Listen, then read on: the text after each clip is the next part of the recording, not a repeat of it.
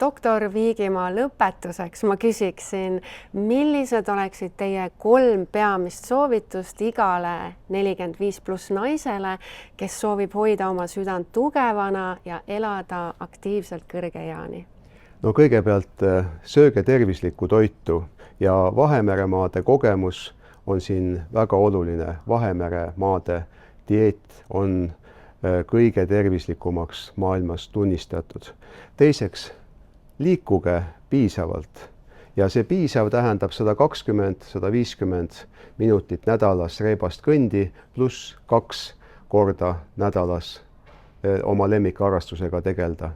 Ja kolmandaks, ärge kahjustage organismi alkoholiga ja tubakaga. Täname teid, doktor, nende huvitavate mõtete ja kasulike nõuannete eest. Suur tänu ja tervist kogu südamest!